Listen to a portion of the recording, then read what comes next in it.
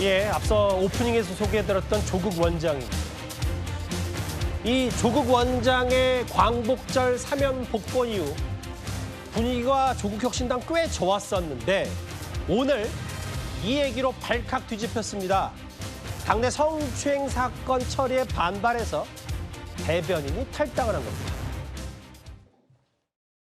검찰개혁이라는 분명한 목표, 그 길 위에서 제가 마주한 것은 동지라고 믿었던 이들의 성희롱과 성추행, 그리고 괴롭힘이었습니다. 그리고 그것을 외면하거나 모른 척하던 시선들입니다. 조국 전 대표께서 수감되어 있는 기간 동안 함께 연대하는 당원들께서 편지로 소식을 전하고 나온 후에도 밖에서 피켓으로 그리고 문서로 해당 사실에 대해 자세하게 전한 것으로 들어 알고 있습니다. 8월 15일 전과 후에 당도 입장의 변화가 없었고 조국 전 대표께도 여타 다른 입장은 듣지 못했습니다. 그래서 말씀하시지 않는 이 침묵도 제가 해석해야 될 메시지라고 생각을 합니다. 이제 전 대변인이 됐네요. 강미정 전 대변인의 폭로였습니다. 그리고 탈당을 했습니다. 조국혁신당에 도대체 무슨 일이 있었길래부터 살펴봐야 될 것 같은데요. 지난해 7월부터 10개월 가까이 한 당직자가 상사로부터 지속적인 추행을 당했습니다. 이거를 당 윤리위와 여성위원회에 알렸지만 진상조사가 이러지 않았다. 일단 가해 당직자에겐 제명 조치가 됐습니다. 다음 화면으로 볼게요. 그런데 강미정 대변인, 전 대변인의 문제제기는 이겁니다. 가해자에게 미온적인 대처를 했고 피해자 대책이 없었다. 그리고 더 중요한 건 이현정 의원님. 네. 피해자가 연대해서 뭔가 문제 제기를 하려고 하는데 그 연대했던 당직자도 제명 징계했다. 뭐 이런 2차 가해 얘기까지 하고 있어요. 사실 이 문제는 작년부터 좀 솔솔 흘러나오기 시작을 해서 이런 조국혁신당 내에 성비위 사건이 일어나고 있다라는 데 대한 것들은 좀 알려진 이야기였습니다. 근데 문제는 이제 이것을 처리하는 과정에서 지금 당 내부에서 제대로 처리하지 못하다 보니까 그러게요. 오늘 아마 강미정 대변인이 이제 저렇게 탈당을 하면서 기자회견하는 이런 사태까지 이제 벌어진 것 같아요. 그러게요. 아마 이제 이 가해자 같은 경우는 지금 한 몇 명 정도로 알려지고 있습니다. 예. 특히 이제 뭐 조국 전 대표와 꽤 친분이 있는 분이고, 그다음에 전 정부에서, 즉 문재인 정부에서 하여튼 이 청와대에서 근무했던 또 총리실에서 근무했던 예. 뭐 이런 인사들입니다. 근데 인사들인데 문제는 이제 당직자들에게 지속적으로 성추행적 발언과 행동을 해왔고 예. 또 이런 것들이 이제 쌓이면서 이 부분에 대한 당내 문제가 되니까 사실 징계를 하고 뭔가 조치를 해야 되는데 당 지도부가 계속 유야무야한 것 같고요. 예. 거기에다가 이제 조국 전 대표가 이제 구속돼 있었지 않습니까? 그러니까 이 조국 전 대표도 아마 이런 사실들을 보고를 받아서 알고 있었는데 문제는 조국 전 대표가 이제 나오면서 뭔가 이 문제를 좀 해결할 줄 알았는데 예. 전혀 이제 그런 상황이 없고 더군다나 이 문제가 좀 골마 터지다 보니까 예. 아마 강미정 대변인 오늘 기자회견 이야기했습니다만은 오늘 중요한 뭐 검찰 내 공청회가 있는 그런 날이긴 하지만 예. 그러나 이 문제를 더 이상 묵과할 수 없다라고 해서 오늘 아마 용기 있는 저렇게 입장을 밝힌 것 같습니다. 그러니까 이 해당 사건이 접수된 지 5달이 됐는데 지금까지도 당의 피해자 지원 대책은 그 어떤 것도 마련되지 않았다는 게 강 대변인의 주장이고, 그리고 피해자 보호, 그리고 그 회복이 이루어져야 되는데 피해자들은 당을 떠나고 있다는 게 이제 강 대변인이 덧붙인 얘기입니다. 근데 이게요, 예전부터 다 있었던 얘기면 그동안 조국혁신당 혹은 조국 대표는 수습을 왜 못한 겁니까? 그래서 그게 이제 문제가 돼서 오늘 강미정 전 대변인이 기자회견을 한 거 아니겠습니까? 사실상 이 가해자에 대한 미온적 대책, 이게 시간이 길었다는 거예요. 결국에는 여성으로서 당내에서 같은 동료에게 어떤 성희롱이나 성추행, 성폭행에 준하는 그런 일을 당했다라고 했을 때는 이거는 신속하고 가차없이 피해자 중심으로 가는 것들, 이게 뭐 당연한 이번 지금 최근의 어떤 트렌드 아니겠습니까? 예. 그게 원칙임에도 불구하고 조국혁신당이 이걸 좀 피해자들이 봤을 때는 미룬 게 아닌가 싶습니다. 사실 윤리위를 통해서 그 가해자들에 대해서는 징계를 내렸죠. 예. 징계가 내려졌다는 거는 첫 번째 가해자에게는 당원 제명 조치가 내렸고 두 번째 가해자에게는 당원 건정지 1년이 내려졌는데요. 사실 그 징계를 내렸다는 건 사실관계가 대부분 확인됐고 사실로 특정이 됐다는 거 아니겠어요? 그렇겠죠. 그러면 저는 지금 강미정 전 대변인이 이렇게 기자회견을 할 만큼 예. 당에서 어떤 일을 벌였을까? 지금 오늘 주장한 게 다 나와지 않습니까? 네 가지 자체가요.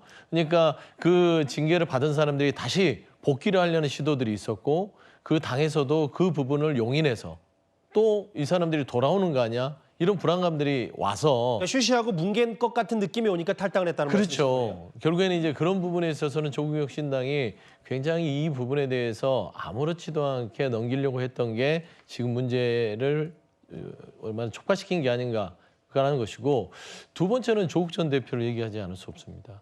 사실상 물론 수감 기간에 벌어진 일이기 때문에 알 수는 없다 하더라도 강민정 전 대변인이 여러 가지 본인의 지인들을 통해서 사실을 알리고 그러게요. 인지 정도는 했다고 하면 사실 조국 전 대표가 사실 전 대표를 하더라도 지금 조국혁신당의 가장 큰 따져보면 조국 사실상 혁신당 그 자체죠. 사실. 자체잖아요. 예. 왜냐하면 조국혁신당이잖아요. 그렇죠. 그러면 본인의 간판을 건 당에서 이런 불미스러운 일들이 그것도 간판인 대변인들 사이에서 이뤄졌다.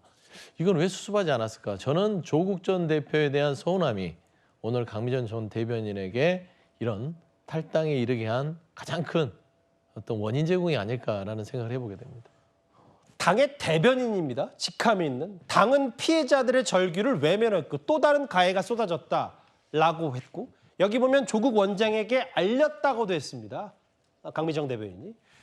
최근에 조국 원장 하면 정치적 메시지를 꽤 많이 냈었는데 이제부터 만나볼 조국 원장의 반응도 궁금합니다. 제가 미리 말씀드리면 저희 취재진이 급하게 따라 붙는 바람에 화면이 다소 흔들리는 것 미리 양해를 좀 구하겠습니다. 화면을 만나보겠습니다. 당내 성비위 문제 알고도 침묵하신 게 맞으세요? 원장님 한 말씀 해주시죠. 오늘 대변인이 탈당 기자회견을 했는데 한 말씀 해주셔야 되는 거 아닙니까? 이 문제 인지하고 계셨습니까? 원장님 평소에도 불평등 관련돼서 말씀 많이 하셨는데 이번에 당내에서 이런 일 일어나신 거에 대해서 입장 한마디 부탁드리겠습니다. 다음 기회가 있을 것입니다. 오늘 사찰에서 말고요. 다음 기회를 갖겠습니다. 사면 이후에 아무 입장 안 낸 거에 대한 피해자들이 실망을 느꼈다는 부분은 어떻게 생각하세요? 사면 기다리셨지만 전혀 말씀 없으셔서 실망했다, 피해자 이렇게 말씀하셨는데 여기에 대해서는 말씀 한마디 해주시면 좋을 것 같습니다. 사면 이후에 당사 오셔서 문제 해결된 때까지 지켜줘서 고맙다 이런 말씀 하신 적 있으세요?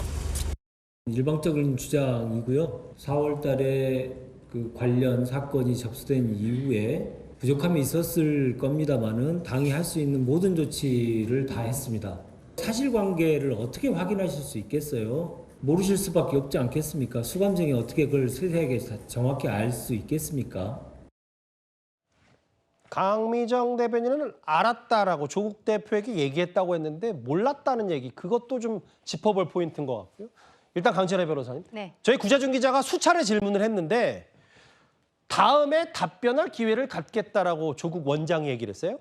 그렇죠. 이렇게 문제가 터지니까 그제서야 수습하려는 것이 아닌가라는 생각이 듭니다.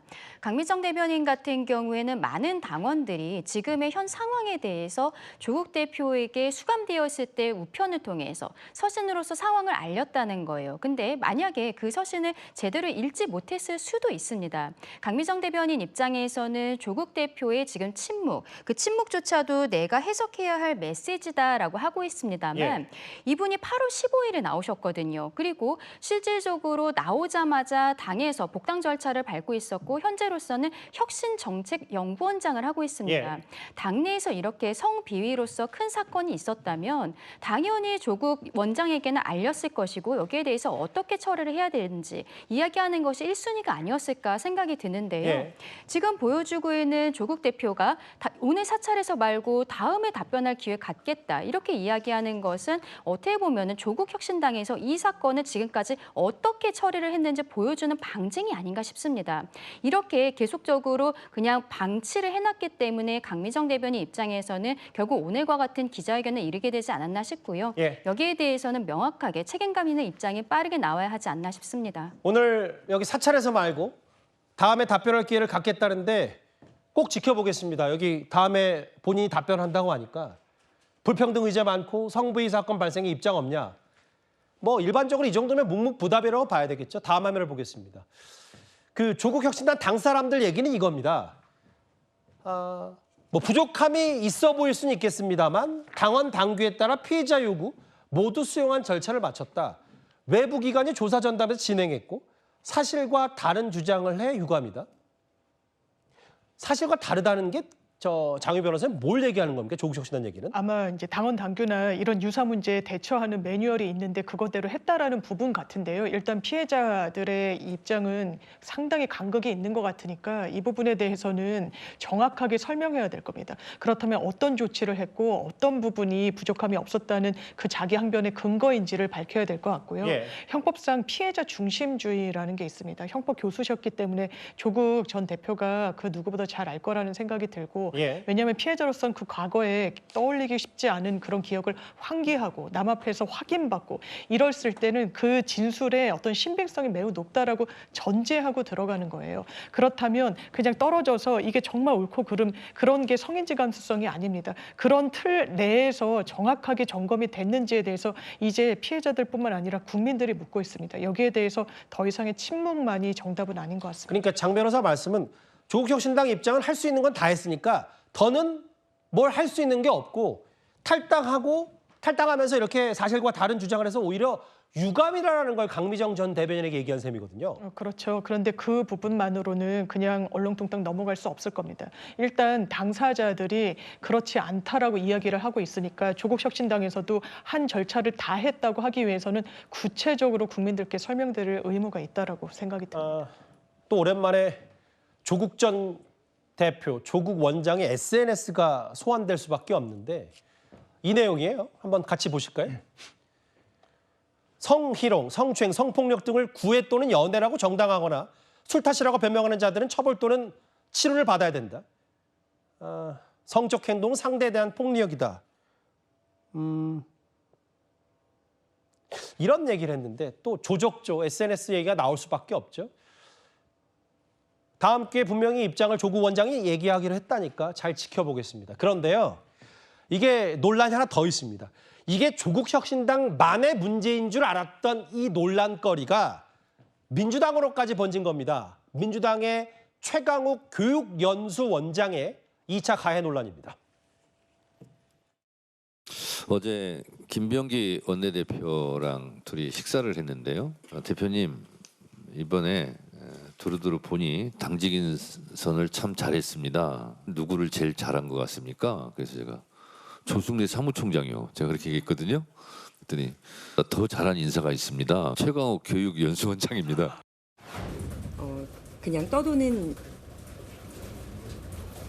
증권가 정보지처럼 여겼는데요. 그리고 이 말을 최강욱 전 의원이 절대 했을 리가 없다. 다시 알아봐 달라. 그리고 댓글의 출처를 알아달라. 왜냐하면 팩트체크를 분명히 해야 되기 때문에요. 현장에 있던 당원께서 충격적인 발언이라고 생각을 했는지 저에게 녹취 음성 파일을 보내주셨어요. 강미정 전 대변인이 받았다는 저 녹취된 그 녹음 파일 내용을 한번 제가 읽어보겠습니다. 조국혁신당의 성추행 논란이 불거지니까 남에게 다 주워듣고 떠드는 건 개돼지 생각이다. 조국 감옥에 넣고 사소한 문제로 싸운다. 그렇게 죽고 살 일인가. 이현종 의원님, 네. 이 최강욱 원장의 말을 어떻게 평가하시겠어요? 자, 우선 최강욱 원장은 조국 전 대표와 굉장히 가까운 사이고 이분이 일단 민주당 지금 교육연수원장이지 않습니까? 예. 근데 지난달 31일에 조국혁신당 대전 충남 세종 지역 정치 아카데미에서 강연한 내용입니다. 그러게요. 왜냐하면 사실 이번 사건 관련해서 세종시 그 위원장 거기도 지금 뭐 제명 조치됐다 관련된 그 뭐 그렇다고 피해자를 하더라고요. 뭐 예. 해서 어떤 거기에 가서 이제 강연을 한 것인데 이렇게 이야기를 합니다. 조국을 감옥에 넣어놓고 그 사소한 문제로 치고받고 싸운다. 이게 사소한 문제라고 이제 지적을 하고 있죠. 그리고 또 한 발짝 떨어서 보면 그렇게 죽고 살 일인가라고 이야기를 하고 있습니다. 자, 어떤 사람한테는요, 이 피해자들한테는 이 성추행 등등이 정말 인생에서 굉장히 중요한 문제일 수 있습니다. 그런데 그게 그렇게 죽고 살 일인가? 라고 또 이렇게 이야기를 2차 가해를 하는 거죠. 또 그리고 아까 했던 그건 개돼지의 생각이다. 그러니까 한쪽 편을 드는 거는 개돼지의 생각이다라고 이야기를 하는 것인데 조금 전 조국 전 대표가 했던 말을 제가 한번 소환해 보겠습니다. 뭐냐면 성추행범을 범한 후에도 피해자 탓을 하는 2차 피해를 범하는 개들이 참 많다. 이렇게 쓰고 있습니다. 왜 이렇게 개들을 인용하는지 왜 이렇게 개들을 인용하는지 모르겠어요. 자, 그러면 조국 전 대표의 입장에서는 최강욱 원장은 뭐라고 이야기를 할까요? 명백한 2차 가해를 하고 있는 거 아니겠습니까? 야, 조국 전 대표가 지금 구속돼 있어서 이렇게 중대한 시기에 그 별로 중요하지 않은 일로 가지고 이렇게 하고 있다라고 그런 취지로 지금 이야기를 한 거 아니겠습니까? 이게 이제 아까 강 대변인도 봤지만 그 이야기를 아마 누가 녹취를 해서 전해 들었던 모양이에요. 자, 저는 정말 이해할 수 없는 겁니다. 이들의 어떤 이 예전에 박원순, 안희정, 오거돈 사태에 보면 결국은 이 피해 호소인이라는 이야기까지 나올 정도로 성인지성에 대한 굉장한 문제점들을 그동안 민주당이 보여줘 왔지 않습니까? 자, 근데 이분이 뭐죠? 교육연수원장입니다. 당의 당원들을 교육하는 분이에요. 근데 이분이 지금 한 이야기를 보면 이거야말로 명백한 2차 가해를 하고 있는 거 아니겠습니까? 그렇게 성추행 문제를 가지고 고생한 당에서 이런 문제를 가지고 또 이거를 2차 가해를 한 발언을 교육원장이 이야기를 했고 그 사람을 제일 잘한 인사라고 했던 정청래 대표의 책임은 어디까지인지 한번 지켜보겠습니다. 그 이현정 의원 말씀처럼 정청래 대표가 새롭게 이제 교육연수원장 임명했을 때 최강욱 인선을 가장 잘했다더라라고 본인 스스로 김병기 원내대표 평가했던 인물인데 앞서 나갔던 화면을 다시 한번 부탁드릴게요. 개돼지 혹은 2차 가해 논란? 그렇게 죽고 살 일인가 이 문제가. 이게 왜 이 정도 문제를 갖고 당을 이렇게 논란에 빠지게 만드냐라는 뜻인 것 같은데 근데 저는 근본적으로요. 서영주 대변인.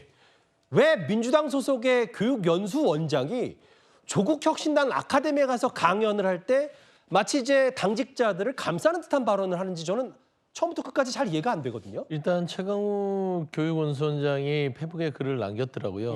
본인이 여러 가지 얘기를 하는 와중에 사실 이제 조국혁신당이 지금 현재 조국 전 대표가 나오면서 수습대로 가는 과정이고 조국혁신당 당원들에게 전체적으로 당 수습에 대한 방점들을 좀 이야기하다 보니 과하게 얘기했다.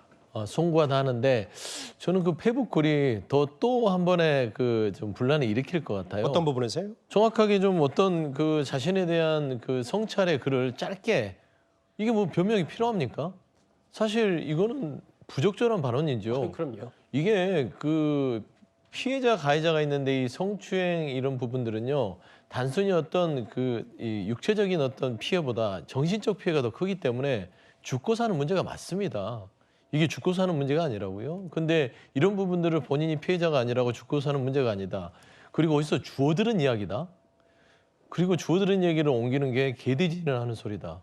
이거는 특히나 이 최강욱 의원이 민주당에 오랫동안 몸담았고 본인이 청와대 출신이고 좀 법률가로서 어떻게 이런 그 성인지 감수성을 갖고 있는지 모르겠어요. 거기에다가 교육연수원장입니다. 그러게요.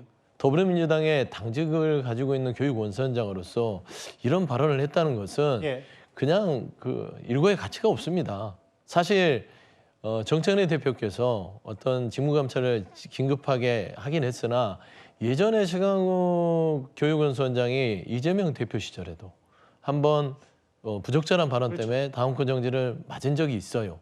그래서 저는 이런 부분에 있어서는 그 어떤 여러 가지 그 말을 할 수밖에 없었던 사정을 이야기보다는 아주 담백하게 본인의 말이 부적절하고 교육연수원장을 내려놓겠다라는 말을 해야 되는데 또 교육연수원장을 내려놓겠다는 소리는 하지 않고 성실하게 윤리위의 감찰에 임하게서 자신의 의견을 필요하겠다고 하는데 이런 부분들이 더 따지고 보면 분노를 자내는 것 같아요. 그래서 제가 사실 최강욱 의원에 대해서 어느 정도 같은 당의 어떤 당원으로서 방어를 해주고 싶으나 이번 건은 방어를 할 수가 없는 사안이다. 그래 말씀드립니다. 방어할 수 없다라는 말이 의미심장하네요. 아니 자리에 대한 문제, 뭐 책임 소재도 없고 그냥 유감 표명하면 심심한 사과 메시지가 부족하다는 말씀하셨는데 이게 패턴이 있어요. 왜냐하면 저 강진애 변호사님 과거에 뭐 제가 굳이 이거 읽지 않겠습니다. 2022년 2년 전에도 김건희 여사를 가리켜서 했던 말 중에 꽤 구설에 올랐는데 이제 같은 패턴이 반복이 되는 거고 또 실제로 엄연히 다른 당에서 엄연히 지금 당사자들이 피해를 받고 있다고 주장이 나오는데도 본인이 주워들었다는 표현을 하면서도 또 원색적으로 개돼지라는 표현까지 나왔다는 건 글쎄요, 이걸 어떻게 받아들일까요? 뭐 성인지 감수성이 굉장히 낮은 사람이고 이런 사람을 굳이 민주당에서 교육연수원장에 임명을 시켰다라는 것을 인정할 수밖에 없겠다 싶습니다. 이분이 최근에 사면을 받았던 것은 조국 가족의 입시 비리와 관련한 것이었지만 조금 아까 보신 것처럼 22년에도 뭐 이렇게 성희롱성 발언으로서 당원권 정지 6개월을 받았었고 그 이후에 2023년에도 암컷들이 설치는 경우는 동물농장에도 없다 이런 얘기를 했을 때도 역시 당원권 정지 6개월을 받았었거든요.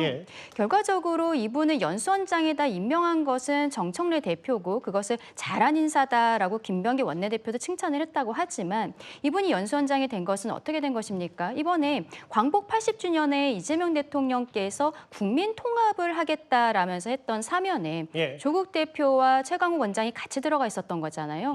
과연 국민 통합이 되는 것인가? 이런 사람들이 나와서 국민 분열만 일으키고 있는 것은 아닌가? 이재명 대통령 스스로도 책임감을 느껴야 되는 사안이 아닌가 생각합니다.